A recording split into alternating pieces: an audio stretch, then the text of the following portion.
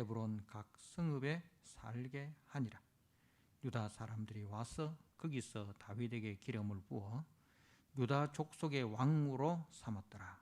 어떤 사람이 다윗에게 말하여 이르되 사울을 장사한 사람은 길르앗 야베스 사람들이니이다 하매 다윗이 길르앗 야베스 사람들에게 전령들을 보내 그들에게 이르되 너희가 너희 주 사울에게 이처럼 은혜를 베풀어 그를 장사하였으니 여호와께 복을 받을지어다.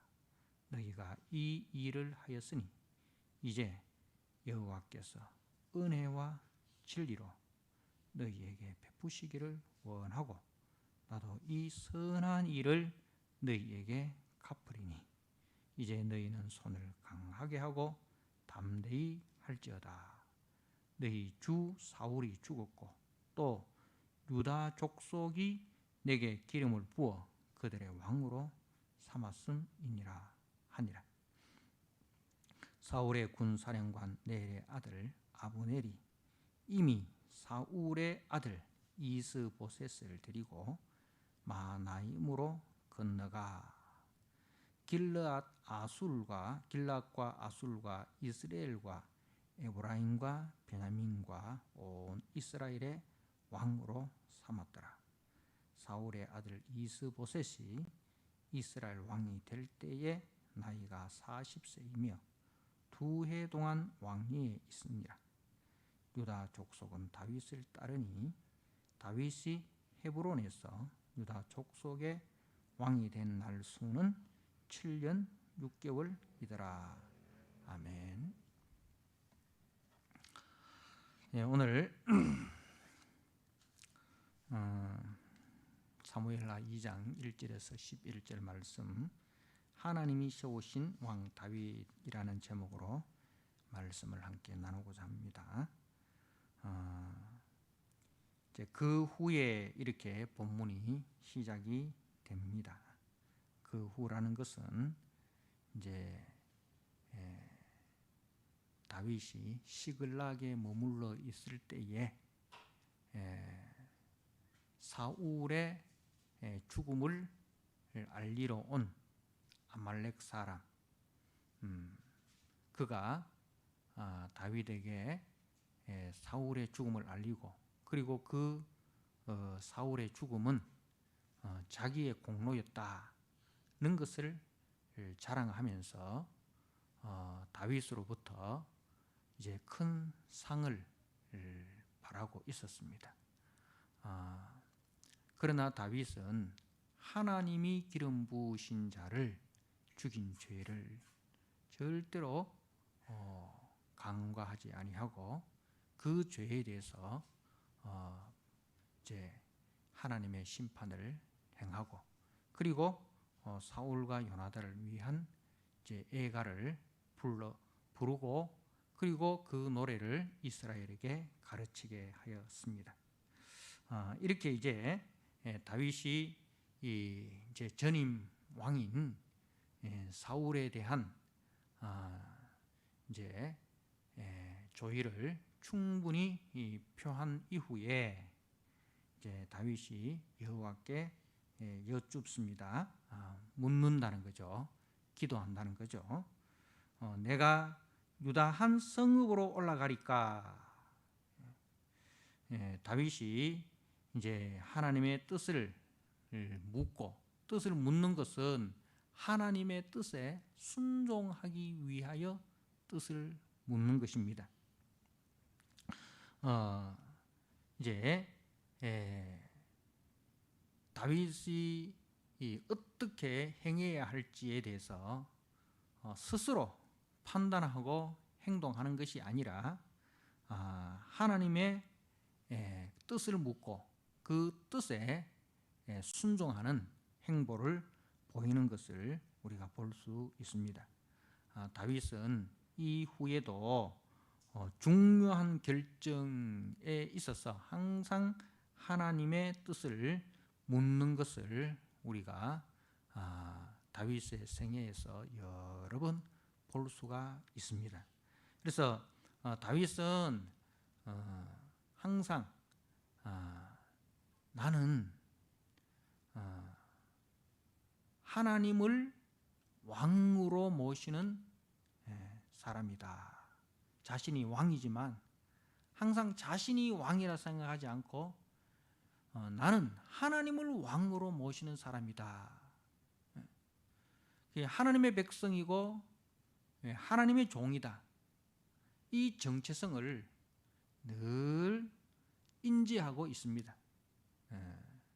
그래서 다윗이 이 목동이었을 때나 또 다윗이 또 피난할 때나 또 다윗이 왕이 되었을 때나 이제 어떠한 형편에서든지 어떠한 지위에서든지 늘 다윗이 기억하고 있는 것은 하나님이 나의 왕이시고 하나님이 나의 주인이시고 나는 하나님의 종이고 나는 하나님의 백성입니다.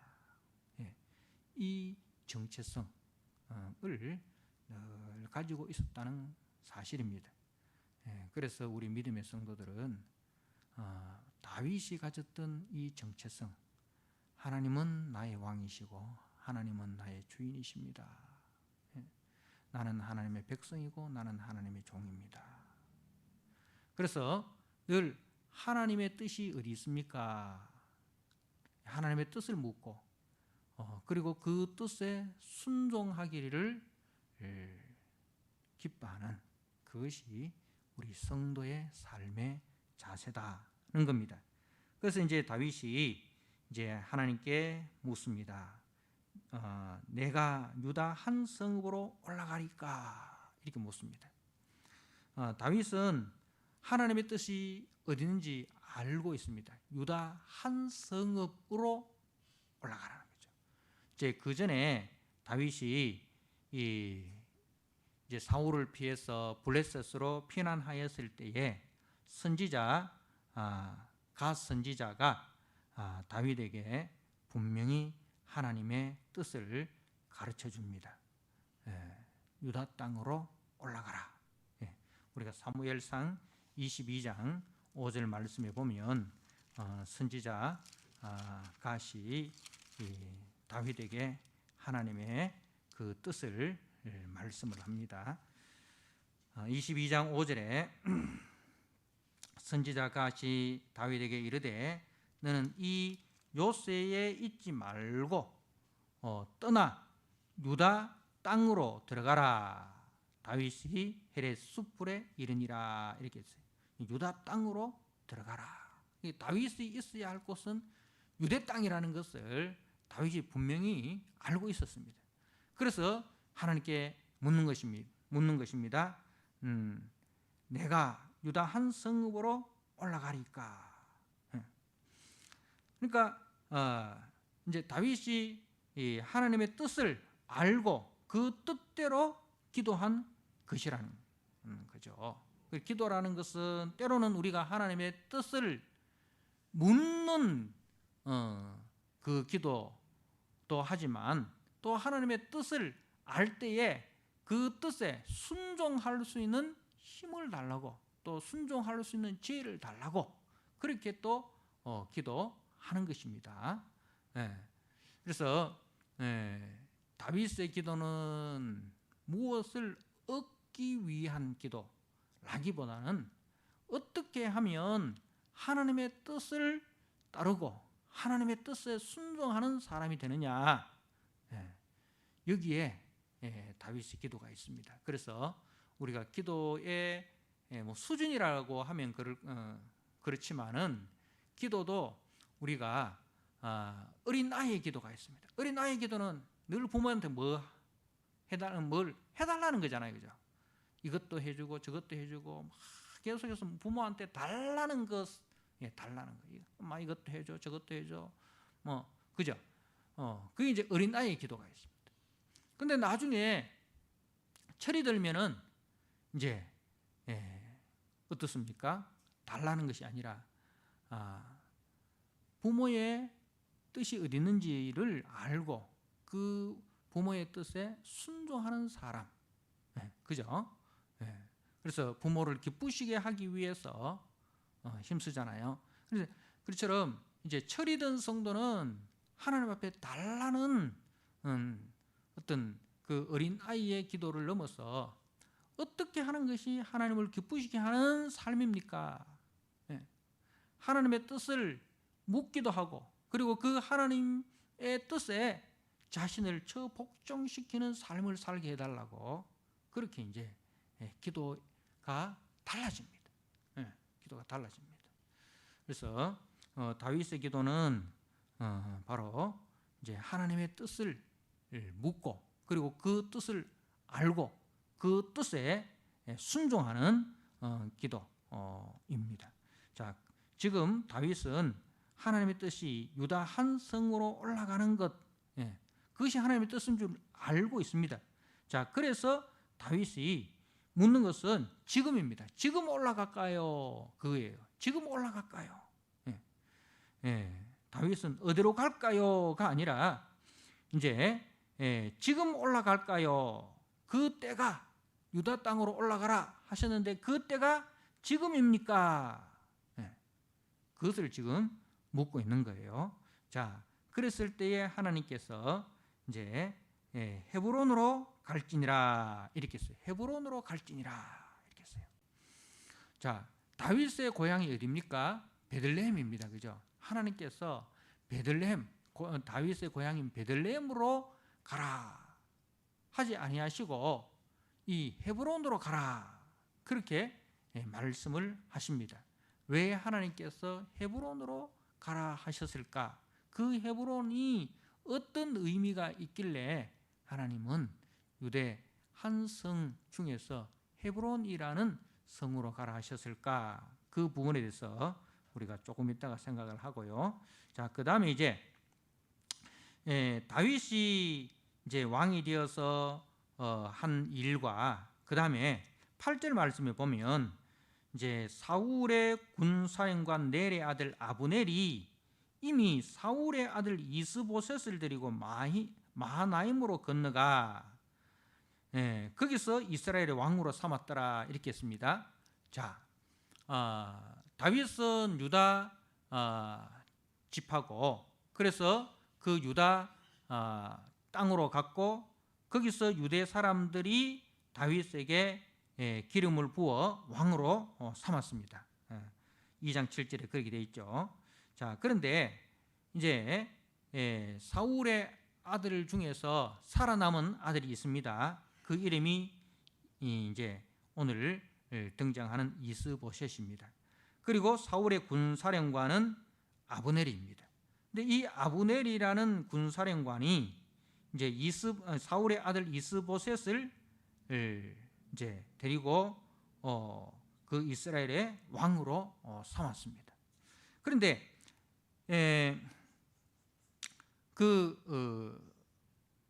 이스보셋을 왕으로 이스라엘의 왕으로 삼는 이 부분에 있어서 전혀 하나님의 그 뜻이라든가 또 하나님의 역사심이라든가 이런 것이 전혀 나타나지 않고 있습니다. 하나님에게 기도를 한다든가 또 하나님의 뜻이 무엇인지 묻는다든가 전혀 그런 것이 없습니다. 그러니까 이제 이 이스보셋이 왕이 되는 이것은 이제 하나님의 기름 부음도 없고 또 백성들의 기름 부음도 없고 오직 그 군사령관 아브넬에 의한 선택이었다는 겁니다. 즉 이스보셋은 하나님의 인정도 받지 못했고 백성들의 인정도 받지 못했다는 것을 보여줍니다. 자, 그런데 이 이스보셋이 한번 보십시오. 어디로 갑니까? 마하나임으로 건너갔다 했습니다. 원래 사울의 고향은 기브아십니다. 그죠? 그 이제 기브온인데 그 기브온에서 이제 사울이 통치를 했잖아요. 근데 왜 기브온으로 가지 않았느냐 하면 이제 블레셋에 의해서 사울이 지배하고 있는 땅들이 많이 빼앗겼다는 것을 말씀을 하고 있습니다. 자, 그래서 마하나임으로 건너가. 이 건너갔다는 것은 무엇을 말하냐면 요단강을 건너가는 거예요.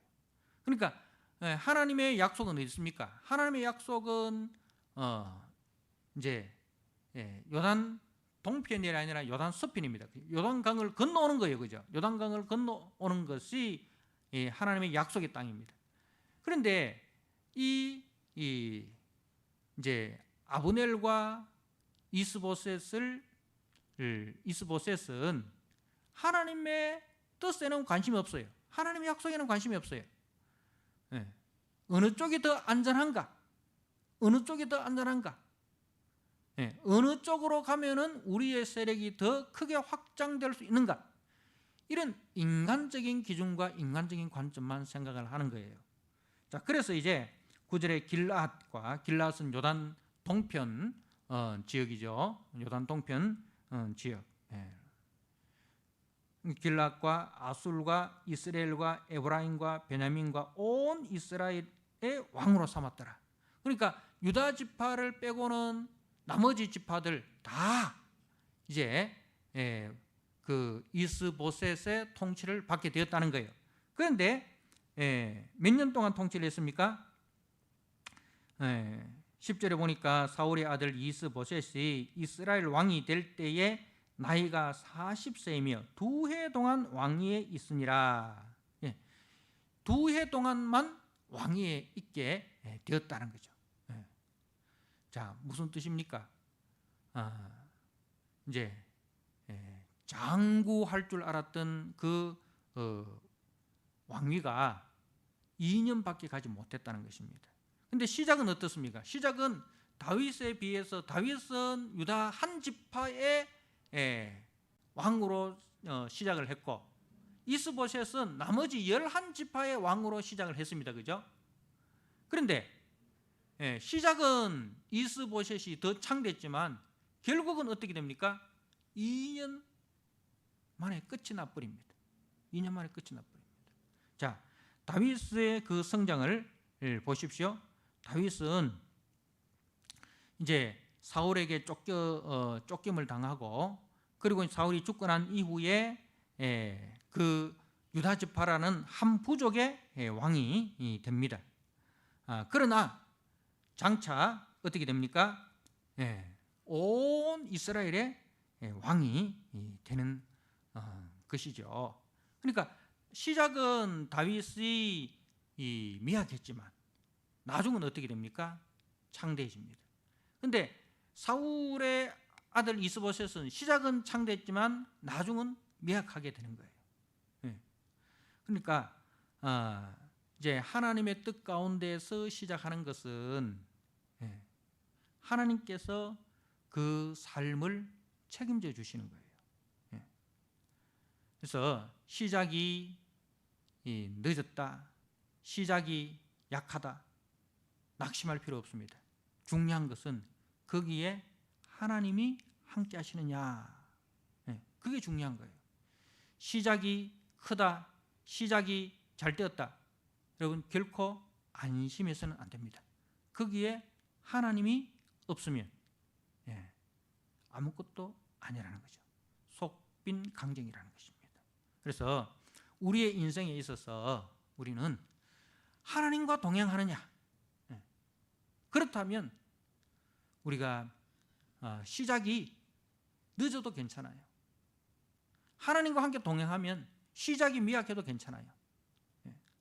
하나님과 동행하면 하나님께서 그 인생을 책임져 주시고 하나님께서 그 인생을 이끌어 주신다는 거예요.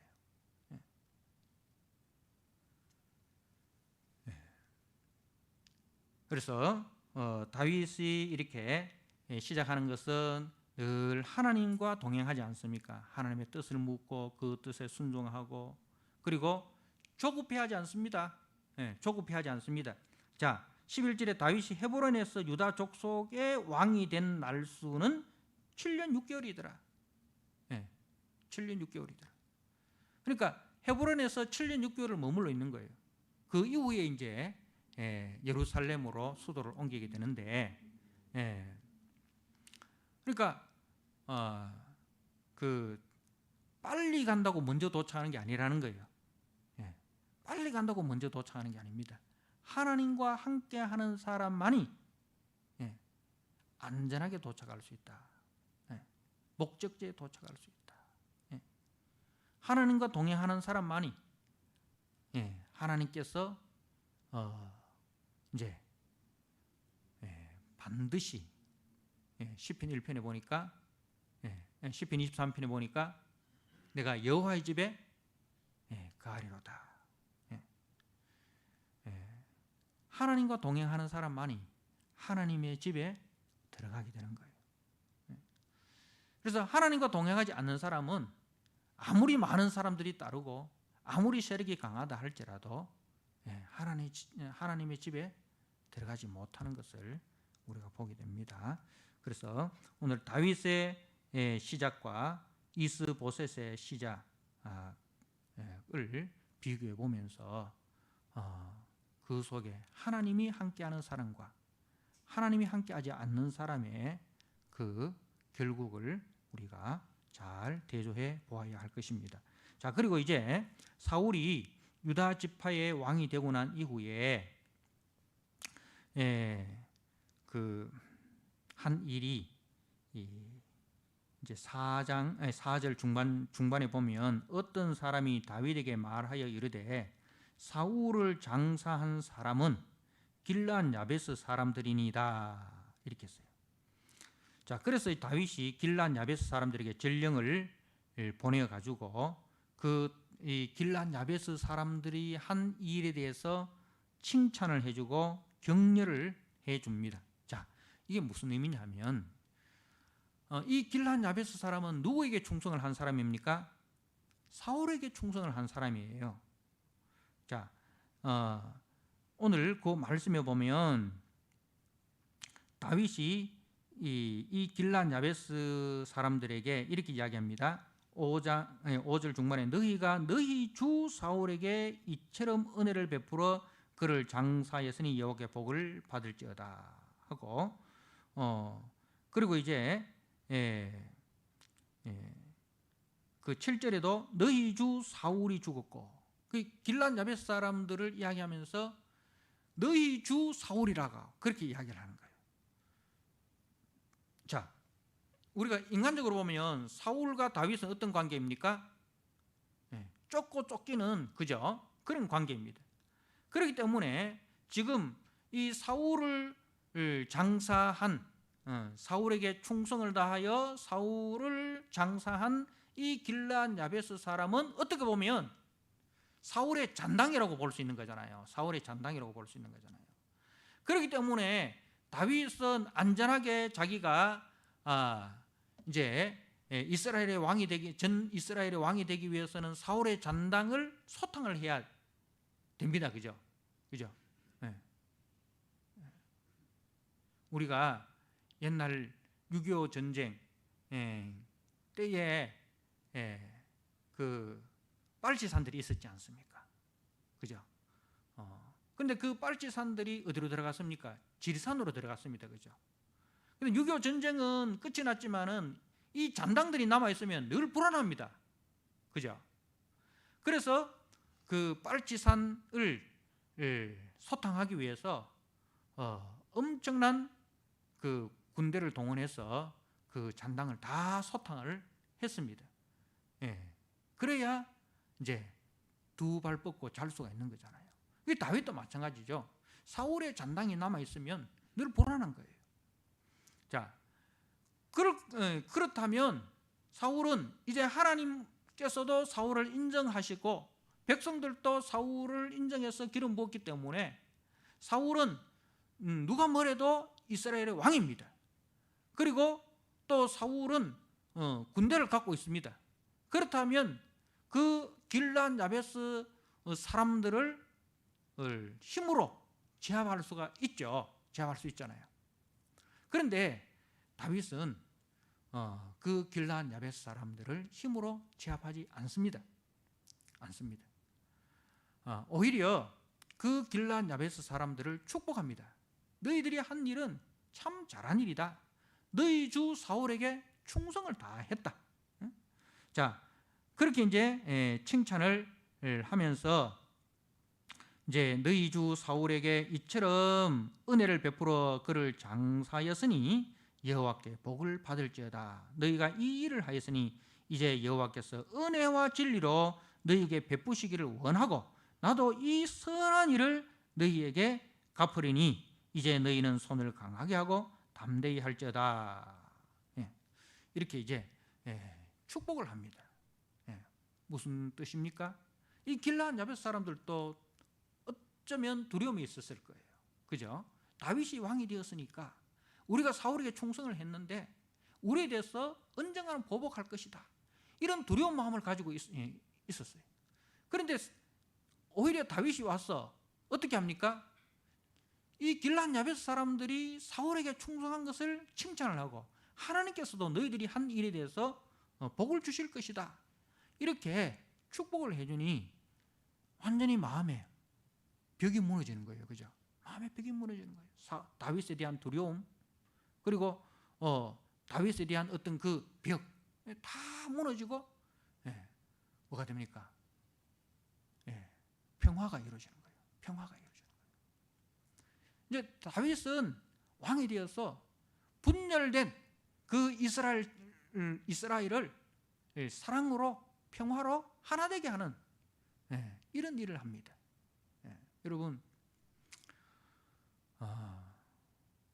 참 이게 하나님의 지도자, 하나님이 세우신 지도자의 모습입니다. 하나님이 세우신 지도자의 모습입니다.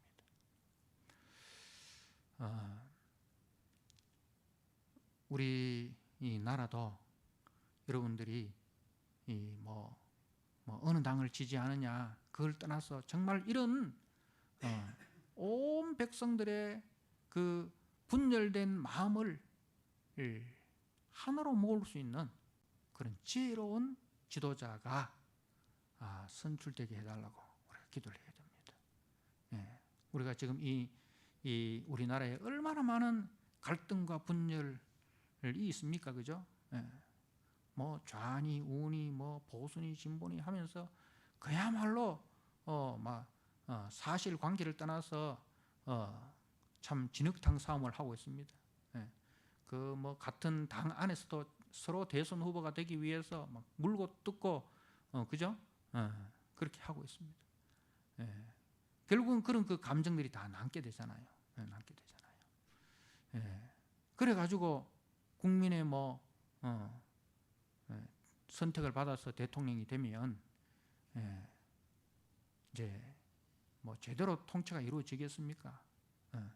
지금 참 우리나라에 필요한 것은 그 분열된 민심을 참 미움과 갈등, 분열과 다툼을 다 희석시키고 서로 이해하고 서로 다른 것이 틀린 것이 아니고 서로 다른 것이 틀린 것이 아니고 나와 다르다고 해서 적이 아니고 그렇게도 볼 수 있구나 해서 그런 것들을 다 융합하고 융화시켜서 하나로 만들어내는 그러한 지도자가 선출이 되어야 되고 더 나아가서 저 북쪽까지도 우리가 끌어안을 수 있는 하나로 이 민족이 이 남과 북이 그야말로 하나로 이렇게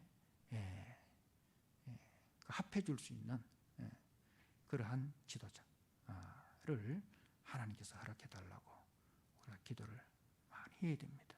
절대로 우리는 네 편 내 편 가르는 그런 지도자가 아니라 이 다윗과 같이 적이라 할지라도 다른 사람에게 충성한 사람이라 할지라도 그 사람을 끌어안을 수 있는 그야말로 이렇게 참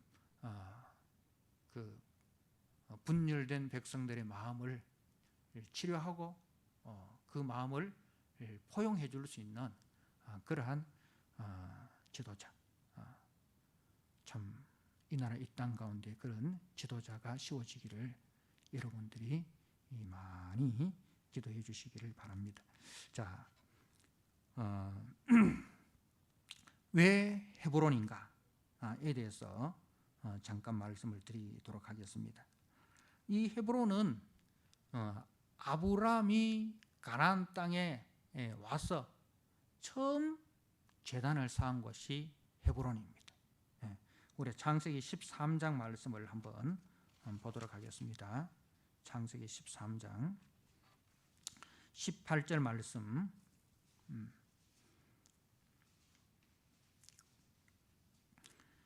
18절 이에 아브라함이 장막을 옮겨 헤브론에 있는 마므레 상수리 숲에 이르러 거주하며 거기서 여호와를 위하여 제단을 쌓았더라.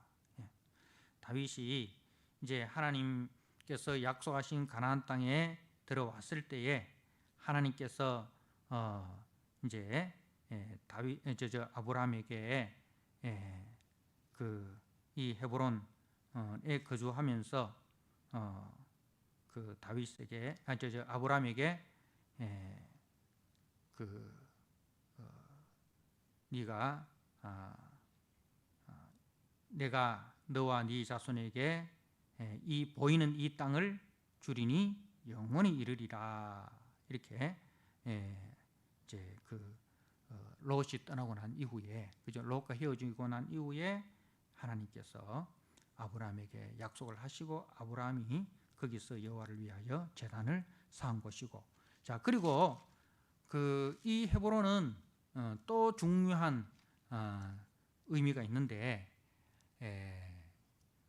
아브라함이 이 약속의 땅에 들어왔지만은 이 약속의 땅 가나안 땅에서 자기의 소유로는 땅 한 평도 갖지 아니하였습니다. 그죠? 땅 한 평도 갖지 아니하였습니다. 그런데 유일하게 땅을 가진 것이 이 헤브론입니다. 이 헤브론은 아브라함이 자기 아내 사라가 죽었을 때에 사라를 매장하기 위해서 산 땅이 바로 이 헤브론 땅입니다. 자, 우리가 23장 창세기 23장 말씀을 한번 보시기 바랍니다.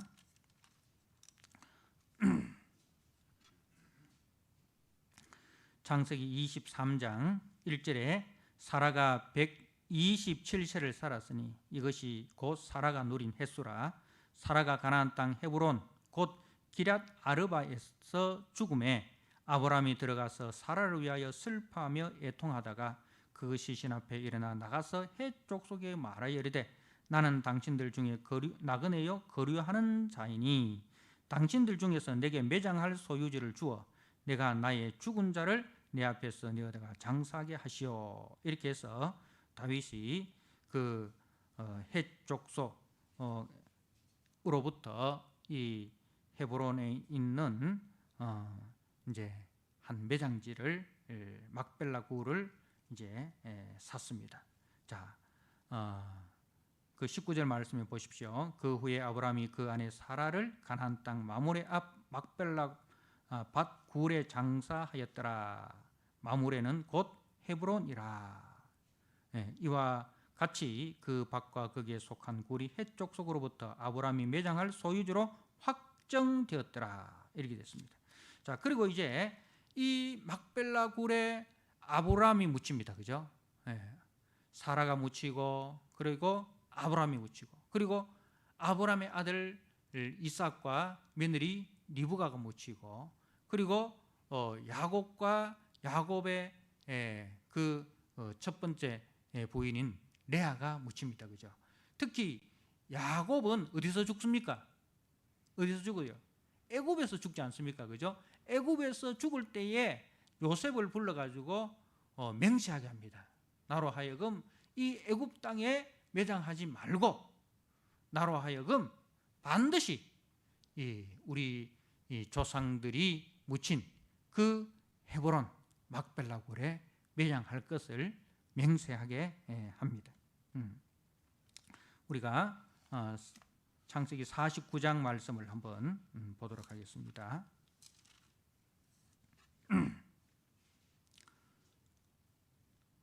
49장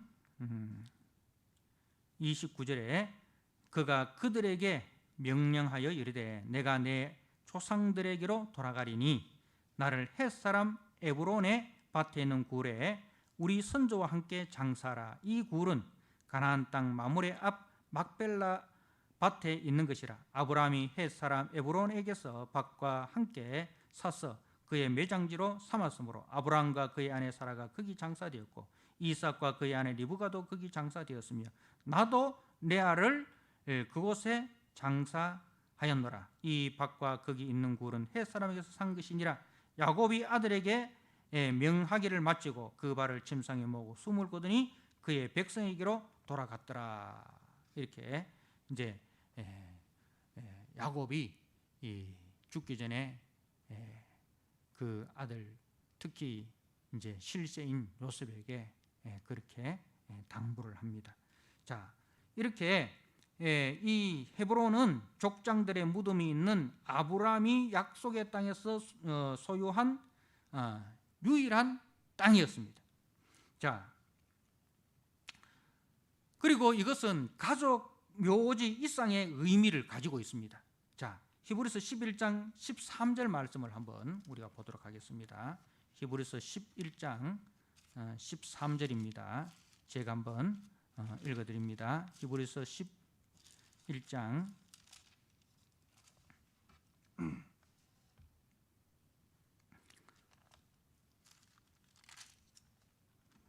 13절. 이 사람들이 누굽니까? 족장들이죠. 앞에 있는 아브라함과 이제 그 사라와 그 족장들에 대해서 이야기를 하고 있었죠. 이 사람들은 그러니까 족장들은 믿음의 족장들은 다 믿음을 따라 죽었으며 약속을 받지 못하였으되 그것들을 멀리서 보고 환영하며 또 땅에서는 외국인이라 나그네임을 증언하였으니 라고 되어 있죠. 자, 이 사람들이 믿음을 따라 죽었다. 뭘 믿었습니까? 이 사람들이 뭘 믿었습니까? 이 사람들이 믿은 그 믿음의 내용이 무엇입니까?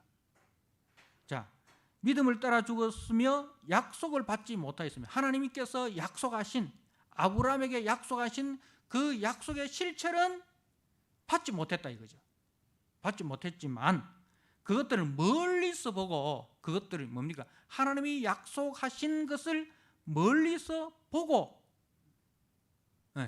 멀리서 봤다 이거예요. 그리고 환영하고 그것을 환영했다. 하나님이 약속하신 것을 멀리서 보고 그것을 환영했다. 그리고 이 땅에서는 외국인이나 나그네임을 증언하였다라고 되어 있어요. 자, 하나님께서 족장들에게 약속하신 그 약속이 무엇입니까? 창세기 12장에 하나님께서 아브라함에게 땅과 시, 그죠? 땅을 주시겠다, 시를 주시겠다, 복의 근원이 되게 해주시겠다 라고 하셨어요. 그런데 그 약속의 실체가 뭐냐? 자, 우리가 갈라디아서 3장 8절에 보면 하나님께서 아브라함에게 복음을 전하셨다 그렇게 말씀을 하고 있습니다. 갈라디아서 3장 8절 말씀 제가 한번 읽어드립니다. 갈라디아서 3장 8절에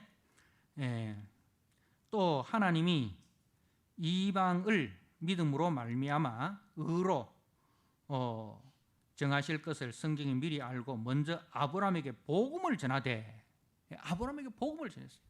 여러분 복음이 뭡니까? 복음은 예수 그리스도의 십자가 죽으심과 부활하심입니다. 그죠? 복음은 예수 그리스도의 죽으심과 부활하심 그것이 복음이에요.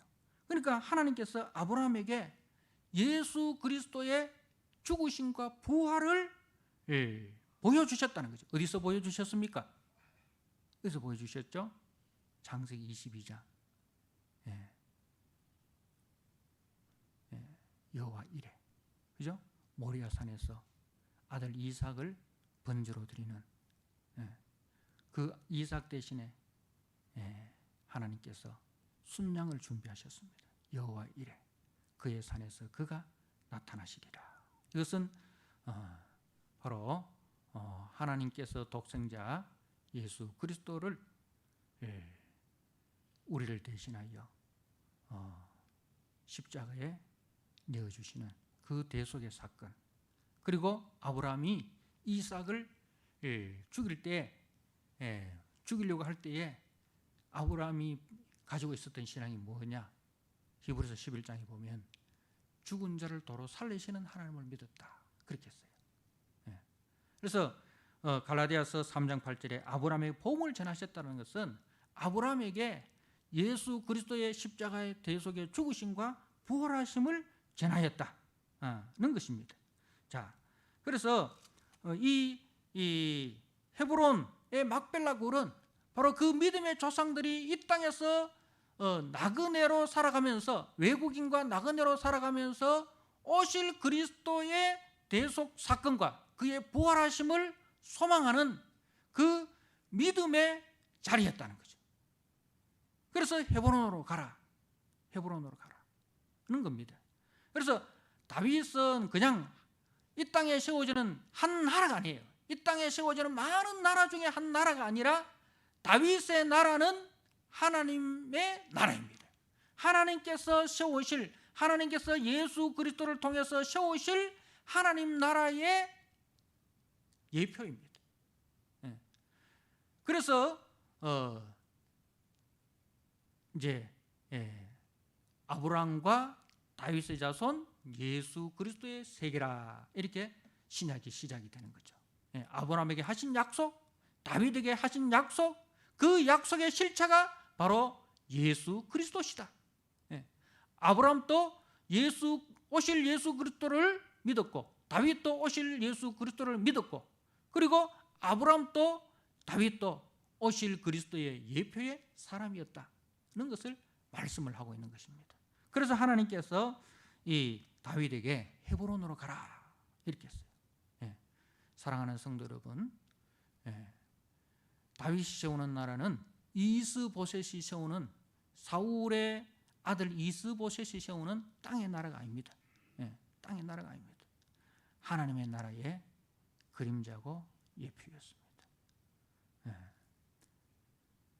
그래서 우리 믿음의 성도들은 이 땅에서는 외국인과 나그네입니다. 다윗은 오실 그리스도에 대한 예표였지만, 오실 그리스도를 믿음으로 바라보고, 그죠? 헤브론으로 갔지만, 우리는 다시 오실 그리스도를 바라보면서 이 땅을 살아가는 사람입니다. 다시 오실 그리스도를 바라보면서 이 땅을 살아가는 사람이라는 거죠. 다윗은 오실 그리스도를 바라보면서 그리스도의 예표로서 살아갑니다. 어떻게 살아갑니까? 하나님의 뜻을 묻고 그 뜻에 순종하고, 그리고 악을 악으로 원수를 원수로 갚지 않고 누구에게서든지 화평을 전하는 사람, 그죠? 하나님 나라의 그 기준과 가치를 전하는 사람으로 살아갔습니다. 그것이 다윗의 삶이었습니다. 그것이 하나님께서 다윗을 왕으로 세우신 목적입니다. 마찬가지로 오늘 저와 여러분을 하나님 나라의 일꾼으로, 교회의 성도로 저와 여러분을 부르신 이유와 목적이 어디 있겠습니까? 바로 하나님의 나라를 이 땅에 세우고 이 땅에 보여주는 일꾼으로 저와 여러분을 부르셨다는 것입니다. 그렇기 때문에 우리는 이스보셋의 계열이 가는 것처럼 하나님께 묻지도 않고 자기의 욕심을 따라서 자기의 뜻대로 이렇게 살아가는 사람이 아니라, 항상 우리는 하나님의 뜻이 무엇입니까? 나를 여기에 보내신 하나님의 뜻이 무엇입니까? 그 뜻을 묻고 그 뜻에 여러분을 저 복종시켜서 하나님 나라에 세우는 귀한 믿음의 성도 되시기를 주님의 이름으로 축복합니다. 아멘. 우리 하나님 아버지, 은혜와 사랑을 감사합니다. 하나님께서 세우신 다윗, 그 다윗은 온전히 주인 되신 하나님, 왕 되신 하나님의 뜻을 묻고 그 뜻에 전적으로 자신을 쳐 복종시키는 삶을 살았습니다.